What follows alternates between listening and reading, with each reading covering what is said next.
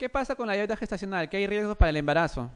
Hay mayor probabilidad de trastornos hipertensivos, o sea, hay aumento de riesgo de macrosomía, de hiperbilirubinemia neonatal, parto quirúrgico, o sea, que se utilice forceps o, o vacuum, que haga presencia de distosia de hombros o traumatismos del parto. Esos son los rasgos, los riesgos. ¿Cuál es el manejo de la paciente con diabetes gestacional? Antes del parto, control de la glucemia, por punción digital en ayunas 1 hora después de la ingesta de cada alimento. La dieta tiene que estar restringida a 30 kilocalorías miligramos día. Igual, ¿no? 60 de carbohidratos, 30 de proteínas y 10 de grasa. Eso no lo restringen, sino a esta cantidad total. Pero el porcentaje, la distribución porcentual, no debe variar. ¿Estamos de acuerdo? Siempre se comienza con administración de medicamentos si la glicemia es mayor de 95 en ayunas, de 140 en 1 hora o 120 a las 2 horas. El tratamiento, ya está el otro dato, el tratamiento habitual es con insulina. Muy bien, con insulina. Pero se está viendo que ahora hay un hipoglicemia anteoral, una sulfoniluria que anteriormente estaban proscritos en la diabetes gestacional, el tratamiento per se era insulina, que se llama gliburida, que se ha visto que es segura y eficaz en la gestante. Pero el estándar sigue siendo la insulina. ¿Estamos de acuerdo? Siempre a una paciente con diabetes gestacional se le hace una prueba de bienestar fetal 2 veces por semana. Hay así no que espero hasta la buena. Se inicia más o menos a las 28-34 semanas si es diabetes mal controlada. O sea, si es una paciente que su control metabólico es pésimo, yo a las 28-34 semanas ya le estoy haciendo su prueba de bienestar fetal 2 veces por semana mínimo. O como existen otros factores. Si es una paciente con un control metabólico adecuado, sí a partir de las 40 semanas. La pregunta del $1.000.000 es ¿por qué a las mal controladas tengo que hacerles antes, lo más antes posible, unas pruebas de bienestar fetal? ¿Qué es lo que puede pasar? Muy bien, óbito fetal súbito, muerte fetal inesperada, súbita. ¿Entienden? Con respecto al parto en la diabetes gestacional, si no hay alteración materna fetal ni otro evento obstétrico, se espera que se produzca el parto espontáneo, o sea, que venga el parto espontáneo, o inducir el parto a las 39 semanas. Ese está en controversia, pero sí, si hay mal control glicémico, se requiere fármaco, se puede inducir el parto a las 37 semanas. Si yo sé que es una paciente que tiene un mal control metabólico, que no toma sus medicamentos, sus glicemias están alteradas y todo lo demás, yo a las 37 semanas ya induzco el parto. ¿Estamos de acuerdo? Pero si tiene un buen control metabólico, puede esperar la evolución espontánea del trabajo de parto o, bueno, por inducción electiva a las 39 semanas. Si se demuestra macrosomía o alteración materna fetal, se puede programar para una cesárea. ¿Estamos de acuerdo? ¿Por encima de qué peso le hemos dicho en las diabéticas? 4.500. ¿Ya? Acuérdense, diabéticas 4.500.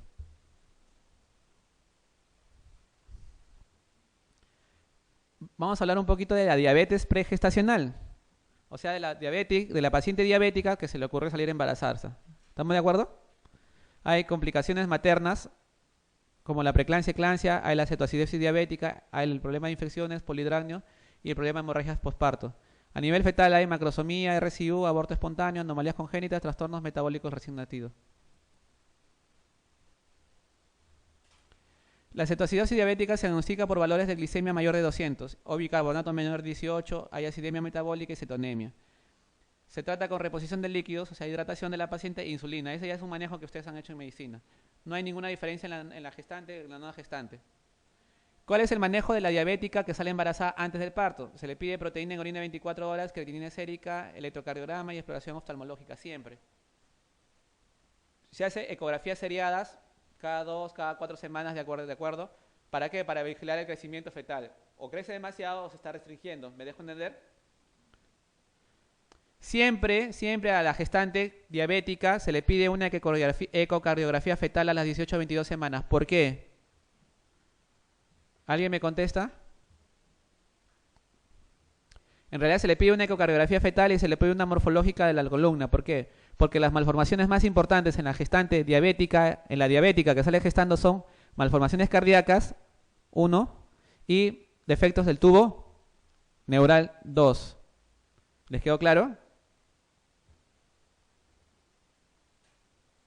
El control de la glicemia igual que la diabetes pregestacional, ni más ni menos.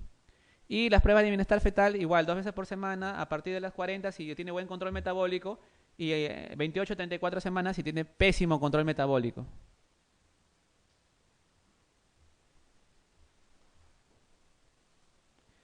Tratamiento durante el parto. Si no hay alteración materno-fetal ni otro evento obstétrico, se espera que se produzca el parto espontáneo. O como elección a las 39 semanas. Si hay mal control glicémico, igual, a las 37 semanas. Por encima de 4,5 kg, cesárea. Durante el parto se recomienda que la glicemia esté entre 80 y 110. Eso sí es importante, igual que para la diabetes pregestacional. Ni muy bajo ni muy alto. Si el control es bueno, evitar la administración de glucosa endovenoso. Si es malo, administrar glucosa con insulina. ¿Entiendes? Porque con un control metabólico malo en el trabajo de parto también se puede evitar el bebito. ¿Estamos de acuerdo? Muy bien, hablemos sobre abortos recurrentes ahora. El concepto es mayor o igual de 2 abortos espontáneos consecutivos de embarazos reconocidos de menor de 20 semanas. Muy bien. El concepto, ¿se acuerdan que decían por lo menos 5 o 3 alternos? Ya cambió ya. Basta que tengas 2 consecutivos de embarazos reconocidos, no determinados, que sean menor de 20 semanas para hablar de un aborto recurrente. ¿Y por qué? Porque esa paciente ya tiene que entrar a un protocolo, ¿no? En las próximas clases vamos a hablar sobre hemorragia del primer trimestre y todas esas cosas, pero ahorita vamos a hablar sobre aborto recurrente. ¿Cuál es la etiología? 50% o más de los casos no se conoce la causa. De las otras son anomalías cromosómicas, el síndrome antifosfolipídicos, problemas de coagulopatías, trombofilias, anomalías uterinas, trastornos endocrinológicos como la diabetes, como el hipotiroidismo, ¿estamos de acuerdo? O infecciones como el famoso TORCH, pues, ¿no? El citomegalovirus, ¿no? El toxoplasma, sobre todo el toxoplasma, que es el que tiene mayor reconocimiento. Acá sí les voy a hablar ahora sobre un síndrome que se llama el síndrome antifosfolipídico en el tema del aborto recurrente. Yo no voy a hablar sobre la parte reumatológica, sino yo voy a centrarme en la parte obstétrica. Para determinar que la paciente tiene el aborto recurrente por síndrome antifosfolipídico, tiene que ver criterios clínicos y criterios de laboratorio. Muy bien. Entonces, dentro de los criterios clínicos tiene que la paciente sufrir trombosis con cierta frecuencia y ese trombosis tiene que ser corroborado por una ecografía Doppler, ¿estamos de acuerdo? Y abortos a repetición, obviamente, pues, ¿no? Y morbilidad en el embarazo. A nivel de laboratorio, o sea, si yo tengo una paciente que tiene abortos a repetición, sufre de trombosis, que lo demuestro por Doppler, voy a los criterios laboratoriales. Entonces, ¿qué pido? Anticuerpo anticardiolipina. Pido el IgM o el IgG. En ningún momento el IgA ni el IgE. ¿Estamos de acuerdo? El IgM o el IgG. Y que tiene que estar en títulos intermedios y altos. Y lo más importante, el control a las 6 semanas se va a dar un aumento progresivo de esos títulos. ¿Estamos de acuerdo? ¿Qué otro anticuerpo puedo pedir? Anticuerpo anticoagulante lúpico. Igual, IgM o IgG. Y siempre descartar otras coagulopatías. ¿Estamos de acuerdo? Como defecto del factor C, defecto del factor 8, todas esas cosas. Muy bien. Siempre los anticuerpos deben incrementarse en al menos 2 ocasiones con unas 6 a 12 semanas de intervalo. Entonces, si yo tengo una paciente que es abortadora recurrente, ¿no? Doctor, ya tengo 3 abortos, estoy saliendo gestando, y yo ya le llegué a determinar que es por este síndrome antifosfolipídico, ¿qué riesgo va a presentar la paciente? Primero, que aborte nuevamente. 2, si el embarazo sigue progresando, ¿cuál es el otro riesgo que va a presentar esa paciente? Ya les dije, en los factores de riesgo para realizar ¿cuál? Preeclampsia severa, inclusive síndrome de Hell. ¿Entienden? Entonces, esa paciente ya pues no va a ser manejada como su control mensual, no sé si me dejo entender el esquema clásico de CLAP, no. Esa paciente, primero, que ya tiene que recibir heparina.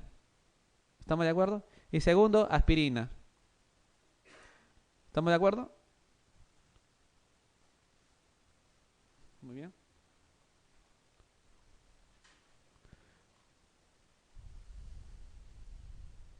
Siempre, ese es por el tema del síndrome antifosfolipídico, porque ese sí les pueden preguntar. Y he visto en los exámenes del MIR, he visto en los exámenes de los STEPS, el UFLE, los que piensan dar para Estados Unidos.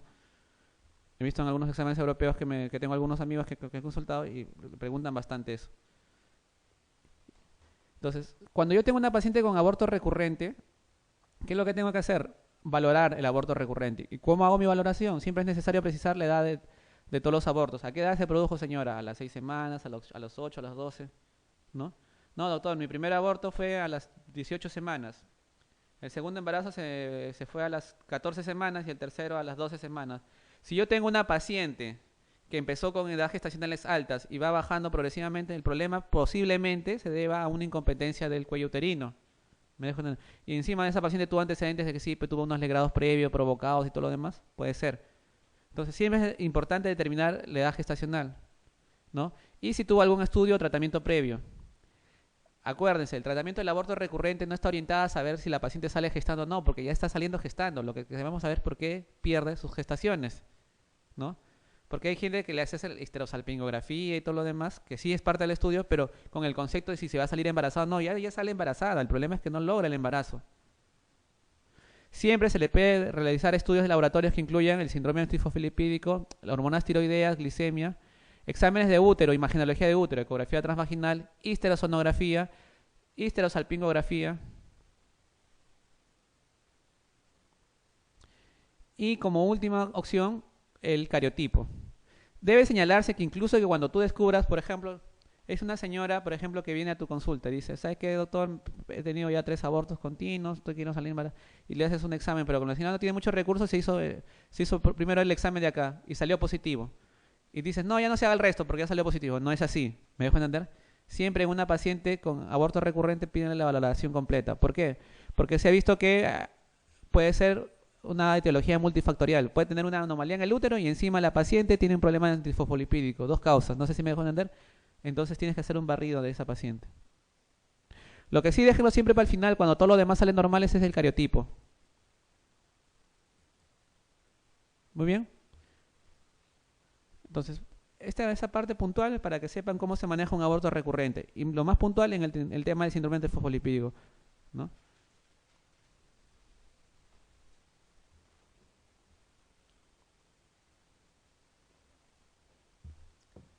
Hablemos de parto pretérmino. ¿A qué se llama parto pretérmino? A todo parto menor de 37 semanas. Y si es menor de 32 semanas, parto inmaduro. Por debajo de 28 semanas, inmaduro extremo. ¿Estamos de acuerdo? Perfecto, muy bien. La causa nadie la sabe. ¿Por qué se producen partos pretérminos? Pero sí hay factores de riesgo bien determinados, bien definidos. Y hay algunos de mayor relevancia que otros. No les miento que esta clase fue hace 3 años, más o menos fue para que hicimos. Y de acá vinieron una pregunta que se repitió en el examen. Factor de riesgo para parto pretérmino. El más importante, el antecedente de parto pretérmino. Pregunta en el 2011. Y en el 2010 ya lo habíamos planteado, es así como esa pregunta. O sea, ¿cuál es el factor más importante para parto pretérmino? El hecho de haber tenido un antecedente de parto pretérmino.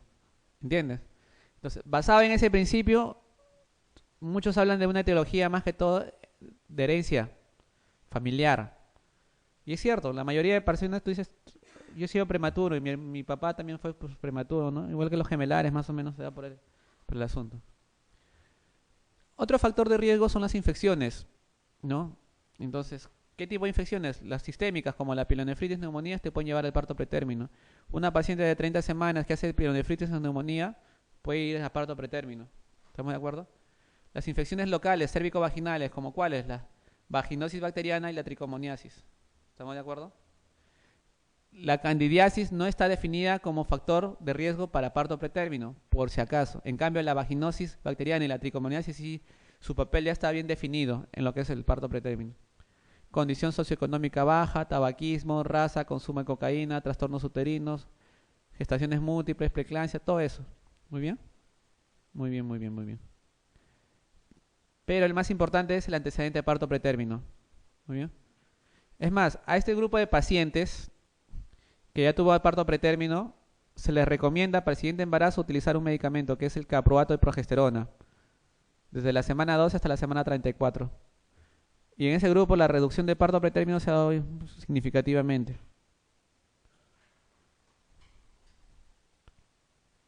Doctor, ¿y sirve tratar las vaginosis bacterianas? Sí, antes de las 16 semanas es útil tratar las vaginosis bacterianas.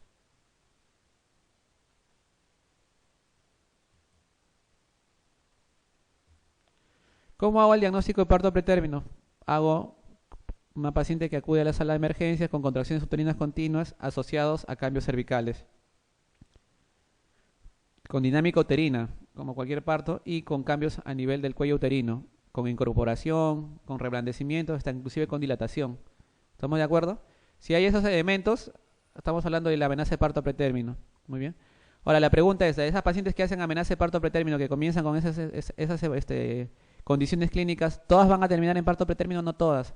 Entonces, a todas esas pacientes lo que se le hace ahora es medirle la longitud cervical por vía ecográfica transvaginal y en algunos países piden lo que es la fibronectina fetal en las secreciones vaginales.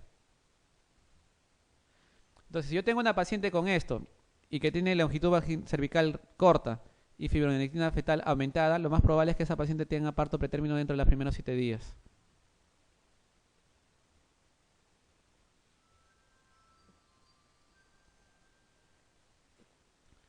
¿Cuál es el manejo terapéutico de las pacientes con parto pretérmino? Dos cosas básicamente. Uno, paciente de hospital nivel 3 con un sistema de cuidados intensivos neonatales, por si acaso. ¿Estamos de acuerdo? Igual, no va a ser en la posa de tu casa, ni en tu policlínica de tu barrio, ni en tu consultorio privado, ni a nivel domiciliario. ¿Me dejo entender? Muy bien. Segundo, si no hay contraindicaciones, la paciente se tocoliza. O sea, se le da medicamentos para lograr el cese de las contracciones.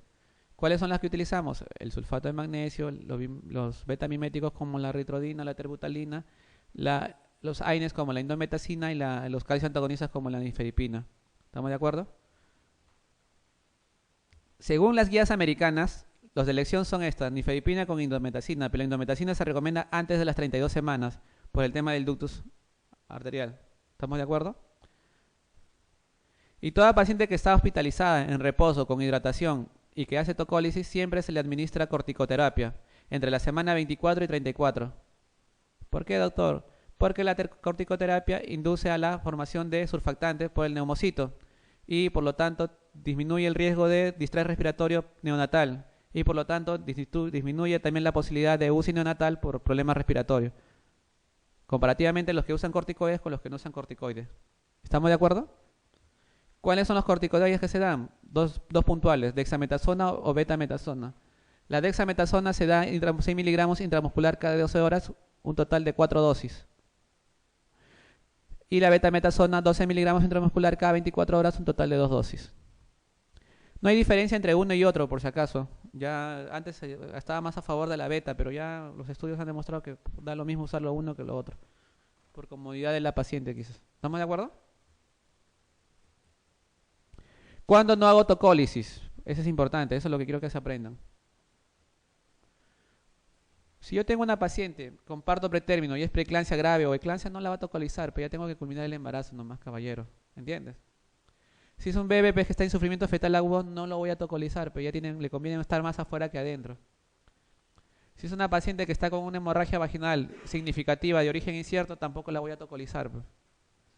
Si es una paciente que está con infección intrauterina, o sea, intramniótica, o sea, una corianionitis clínica, tampoco la voy a tocolizar. Conviene que el bebé ya esté más afuera, porque con infección adentro ese bebé se puede morir. ¿Me dejo entender? Afuera y que los pediatras hagan su chamba, como quien dice. ¿Comprenden? O si es un bebé que tiene malformaciones fetales, ¿qué le voy a tener adentro? Pues ya que salga, no sé si me dejo entender, ¿para qué lo voy a tocolizar? Es un anencefálico y lo voy a estar tocolizando al pobre bebito, no sé si me dejo entender. ¿Comprenden? Bajo esos criterios no se tocoliza bajo ningún punto. ¿Comprende? Entonces, resumen, paciente con dinámica uterina, con cambios cervicales, con longitud cervical disminuida, con fibronectina fetal aumentada, aumenta el riesgo de parto pretérmino. Si no hay contraindicación, lo tocolizo y le doy maduración pulmonar. ¿Y para qué hago la maduración pulmonar? Me estaba olvidando. ¿Cuál es lo que consigo? Supongamos que ustedes, bueno, ustedes ya todos han hecho ya su serum, ¿no? La mayoría. Pero supongamos que hay un señor, un colega que esté trabajando en una zona, pues que el hospital nivel 3 más cercano está a 24 horas. Entonces, al tocolizar, me da tiempo de, primero, trasladarla a un centro de mayor atención, ¿sí o no? ¿Me dejo entender? Y dos, seguir administrando mi corticoterapia para lograr el efecto máximo. Como son 2 días, por lo menos, y se ha demostrado que el efecto máximo del corticoterapia es a las 24 horas de colocar la última dosis. Para conseguir un mejor resultado me ayuda la tocólisis. Muy raras veces la tocólisis funciona más de 7 días. Muy raras veces. Lo que logra son 48-72 horas cuando hay parto pretérmino inminente, con factores de riesgo aumentados. ¿Comprenden? Muy bien.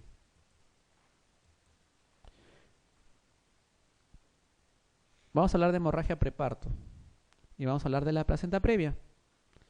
Placenta previa, en buen romance, es aquella placenta cuya inserción ocluye el orificio cervical interno, que puede ser total o parcial. No se hagan problemas en ese punto. ¿Cuáles son los factores de riesgo? Y yo incido bastante con los factores de riesgo porque a San Marcos, o al menos los que van a postular por San Marcos, en realidad el examen es único, ¿no? Es a nivel nacional, ¿no? Les gusta preguntar sobre factores de riesgo, factores de riesgo, factores de riesgo, factores de riesgo. Factores de riesgo para hacer placenta previa, antecedente de placenta previa, antecedente de cesárea. En realidad, antecedente de cirugía uterina previa, que sea multipara. Edad materna avanzada, igual, otro factor independiente. Por encima de 40 años, tabaquismo, antecedente afroamericano o asiática, y antecedente de haber sufrido de dilatación de grados, dilatación con curetaje. Más o menos para que tengan en cuenta. Este es el orificio cervical. ¿Estamos de acuerdo? Entonces, se dan cuenta acá, la placenta de inserción ocluye todo el orificio cervical, placenta previa. Acá ocluye parcialmente. Este es el orificio, una parte del orificio está tapada por la placenta. Y acá no está tapada la placenta, pero está cerca del orificio, lo que le llaman placenta de inserción baja. Para que tengan en cuenta nada más. Ecográficamente, ¿cómo se ve? Esto de acá es la placenta y esto de acá es el cuello uterino, miren. Por vía transvaginal se ha hecho. No, este es vía abdominal. El de acá abajo son transvaginales. Entonces sí se ve con... Esta es la vejiga. Entonces la placenta, orificio del cervix, completamente lo ocluye. Placenta previa total. ¿Estamos de acuerdo? Acá, por vía vaginal, se puede hacer. Si no puedo hacerlo por vía abdominal porque es una paciente obesa o la placenta, la resolución de la imagen no te ayuda, lo hago por vía transvaginal, con cuidado, porque se puede. Entonces, mira, este es el cuello uterino, fíjense. Su canal no cervical. Acá está el OSI y acá está la placenta. Igual, el OSI y acá está la placenta, pero no lo tapa totalmente el orificio, está parcialmente. Y acá miren, este es mejor, este es el cuello uterino, todo este es el cuello. Entonces, por vía transvaginal yo puedo ver si la placenta ocluye o no el orificio cervical interno, y otro que también en parto pretérmino por vía transvaginal mido el cuello. Este es el cuello uterino, tomo la distancia de acá a acá y digo, ¿cuánto es? Me estaba olvidando del dato más importante. En parto pretérmino, ¿cuál es el punto de quiebre? Cuando yo tengo una longitud cervical menor de 25 milímetros en nulíparas y menor de 15 en multíparas, tiene riesgo incrementadísimo de hacer parto pretérmino. ¿Sabían eso? Que se puede medir la longitud cervical por vía transvaginal. ¿Sabían que pueden hacer la placenta? A los que hacen ultrasonido. Acá hay gente que hace ecografía con cierta frecuencia. Muy bien. Entonces, ¿se puede hacer ecografía transvaginal para ver longitud cervical y la placenta? Obviamente que sí. ¿Cuál es el cuadro clínico de la placenta previa? Es una hemorragia, un sangrado rojo rutilante vaginal e indolora, no duele, sangra nomás la paciente. ¿Cómo hago mi diagnóstico? Por ecografía y por exploración. Exploración tengo que comprobar que haya un sangrado vaginal que venga del canal uterino, y por ecografía veo la inserción, en qué parte de la placenta, dónde está insertado. Perdón, gracias, muchas gracias. Disculpa. Entonces, por ecografía ya hemos visto que así puedo ver la inserción placentaria dónde se ubica. ¿Les quedó claro? El tratamiento va a depender de la edad gestacional, el grado de hemorragia vaginal, el estado hemodinámico de la paciente y la condición fetal. Muy bien, les digo. Si yo tengo una paciente puntual, 35 semanas con sangrado masiva, latidos fetales 100 por minuto, y la paciente hipotensa, ¿qué hago? ¿La hospitalizo, le paso sangre o culmino el embarazo? Culmino el embarazo. Así sea 35 semanas, así sea pretérmino, igualito, porque la paciente se me está chocando. ¿Me dejo entender? Entonces, yo solamente voy a hacer mi manejo expectante en una placenta previa si el feto es pretérmino y se puede beneficiar de un mayor desarrollo intrauterino. Pero para eso no tiene que haber condiciones. No debe estar chocada la paciente, o sea, normotensa y hemodinámica estable. El bebé también debe estar hemodinámica estable y el sangrado no tiene que ser abundante. Obviamente que la paciente tiene que estar hospitalizada, vigilancia continua. Es útil dar corticoterapia acá, sí, por si acaso tenga que culminarse el embarazo lo más pronto posible. Y si se le puede tocolizar a una paciente con placenta previa que está con ciertos grados de contracciones, claro que sí, con sulfato de magnesio. Se recomienda. Una paciente por encima de las 37 semanas con placenta previa, olvídate, esa paciente no vas a esperarla, pues esa se programa ya. Por encima de las 37 semanas se programa por una cesárea. ¿Cuándo hago cesárea de emergencia? ¿Cuándo opero sí o sí, como quien dice? Cuando la hemorragia constituye un riesgo para la madre y el feto sin importar la edad del embarazo. ¿Me dejo entender? La paciente tiene igual 30 semanas, placenta previa y viene con un sangrado masivo. Ya pues se te va a morir la paciente en tus narices. Así el bebé sea pretérmino, esa paciente se opera. ¿Me dejo entender? Entonces, el factor más importante es el estado materno-fetal, el estado hemodinámico materno-fetal. Es el factor más importante para tomar una conducta en la placenta previa. ¿Cuáles son las complicaciones que se pueden dar por la placenta previa? Primero, complicaciones en la morbilidad materna. Se puede chocar la paciente, puede haber daño renal o puede haber necrosis hipofisiaria. El famoso síndrome de Sheehan. ¿Están de acuerdo? Y puede haber anomalías en la inserción placentaria. O sea, una paciente con placenta previa, para colmo puede tener una anomalía en la inserción placentaria. Puede ser una placenta creta, una increta, una percreta. Y puede haber morbilidad fetal. ¿Qué es la placenta creta? Miren acá este gráfico. Este es el útero. ¿Cómo se llama esta capa? ¿Esta capa de acá cómo se llama? Serosa, muy bien. Esta capa de acá, miometrio. Y esta capa de acá, endometrio. Perfecto. La placenta está en el endometrio, ¿estamos de acuerdo? En el endometrio residual. Pero en la placenta acreta está adherido a la capa miometrial. Adherido, no invadido. Está adherido a la capa miometrial. Uno solo. Esto representa más o menos el 80%.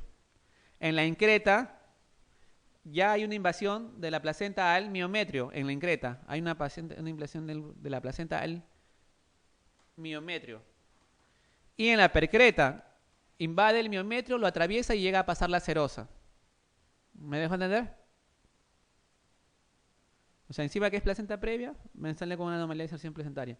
¿Cuál es la conducta a una placenta creta, increta o percreta? ¿Qué se hace? Histerectomía. Pregunto yo, si haces histerectomía, sacas al bebé, cierras el útero y sacas el útero. Si puedes. ¿Estamos de acuerdo? Muy bien. Pregunto yo, ¿se puede prevenir, se puede diagnosticar antes del trabajo de parto, perdón, antes de la cirugía, el hecho de que sea acreta, increta o percreta? No, es un diagnóstico que lo haces en el momento de la cirugía. Sacas el bebé, quieres sacar la placenta y no sale. Sacas por pedazo la placenta, está bien adherido y empieza a sangrar, pero a chorro. ¿Entiendes? Chao. Cierra todo y vuela el útero. ¿Me dejo entender? Más explícito este gráfico. Placenta en la porción residual normal, perfecto.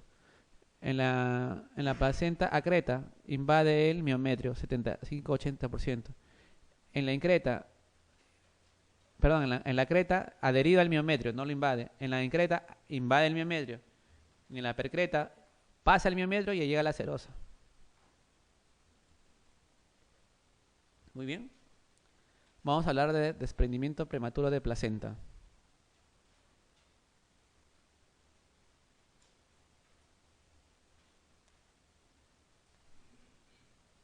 Es la desinserción de la placenta antes del trabajo de parto. ¿Estamos de acuerdo? Antes del trabajo de parto o durante el trabajo de parto, pero antes de la expulsión fetal. ¿Estamos de acuerdo? Factores de riesgo. Primero, etiología desconocida, nadie sabe la causa. Factores de riesgo, el más importante, la hipertensión materna.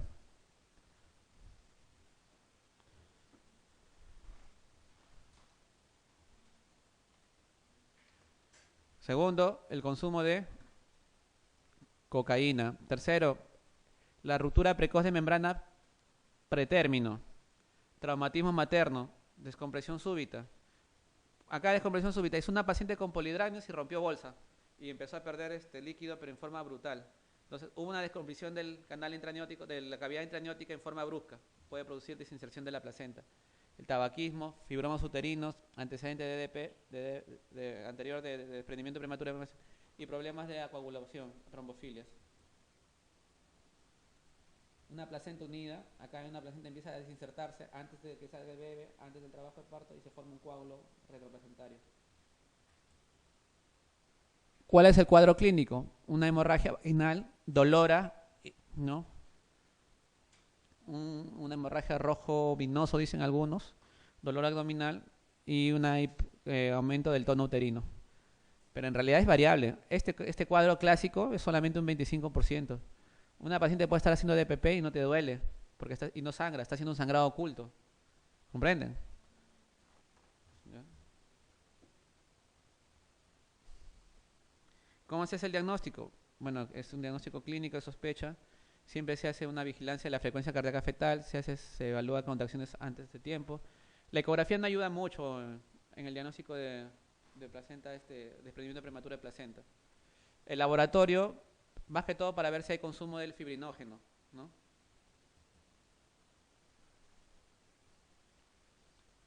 Primero esa paciente se hospitaliza. Ahora, puede haber un paciente para nacimiento inmediato o parto diferido, va a depender de las condiciones hemodinámicas, tanto de la mamá como del feto. Ya, muy bien. Si es una paciente donde hay alteración materno-fetal de la hemodinámica, se produce el nacimiento inmediatamente. ¿Estamos de acuerdo? Pero si es una operación que hemodinámicamente es estable, podremos diferir el parto, pero bajo ciertas condiciones. Siempre es bueno para bajarle el tono uterino, paciente relajarla con un sulfato de magnesio. Si está con hipertonía severa que no cede a nada, ¿no? ¿Cuáles son las complicaciones? El choque hemorrágico, coagulopatía por consumo, insuficiencia renal, útero de Cuvelier, hemorragia feto-materna.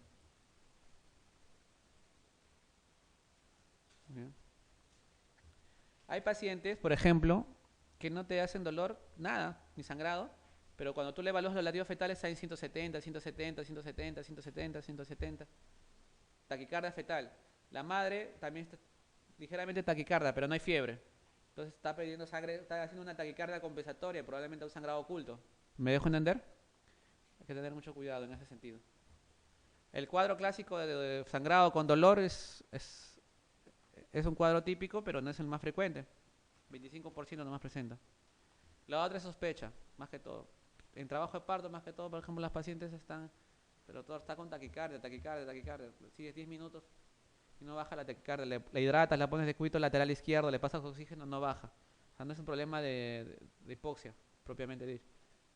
Entonces sospecha es un DPP. Tienes que sospecharlo, y eso ya te lo va dando la experiencia, ¿no? Cuando se te mueren dos bebitos ya en tu ovaria, y tú ya más o menos ya te eres más desconfiado ya en ese tipo de pacientes. Muy bien. Nunca den retrodrina, nunca den AINES en este tipo de pacientes. Muy bien, vamos a hablar de la hemorragia posparto. Hablar de hemorragia posparto tiene que ver con la pérdida sanguínea mayor de 500 mililitros en las 24 horas después del parto, o una caída del hematocrito en un 10% más. ¿Están de acuerdo?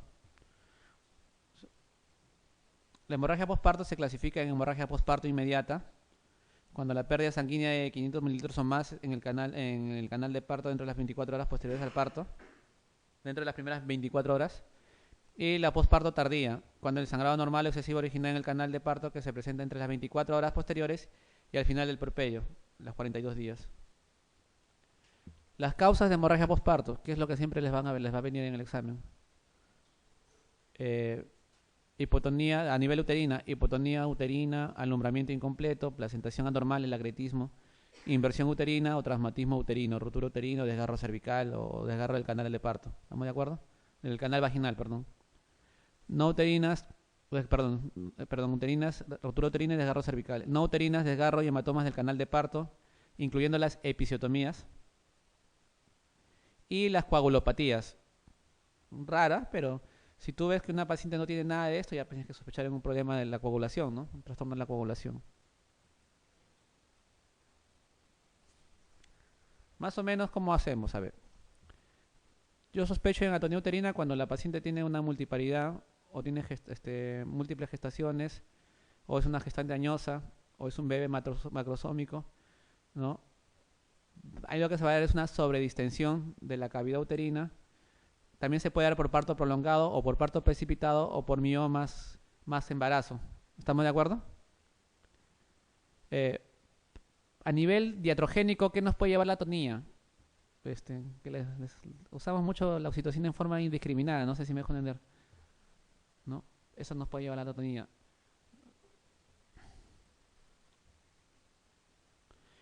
¿Cómo yo podría sospechar de una retención de placenta? Cuando hay antecedente de cesárea, retención de placentas y o restos, no confundes, ¿ah? Una cosa es que se te queden las membranas porque no supiste hacer un alumbramiento, no sé si me dejo entender, y otra cosa es que la placenta se te quede retenida por problemas en la inserción placentaria. Entonces, si yo tengo una paciente con antecedente cesárea o de grado uterino, tengo que tener mucho cuidado, ¿entiendes? Se te pregunta por eso los antecedentes al momento del trabajo de parto. Si una paciente que tiene fibromatosis uterina, eh, también hay que tener mucho cuidado. Ahora, ¿cómo yo puedo hacer una retención de placenta desde mi punto de vista del iatrogénico? Cuando hago una mala conducción, o sea, una mala acentuación del trabajo de parto, o cuando hago un mal manejo en el alumbramiento. No sé hacer mi alumbramiento. ¿Me dejo entender? ¿Cómo yo sospecho de inversión uterina? Cuando hay antecedentes de inversión uterina previa, cuando yo sé o sospecho al momento de hacer mi alumbramiento que es una placenta bien adherida, bien pegada, ¿no? Y a nivel iatrogénico, cuando hay una mala técnica del alumbramiento o una mala técnica de la extracción de la placenta. Cuando hagan su alumbramiento dirigido, tiene que ver siempre su tracción con contratracción. ¿Se acuerdan que les expliqué eso? ¿Ya? Entonces, si yo no hago mi contratracción, probablemente haga una inversión uterina.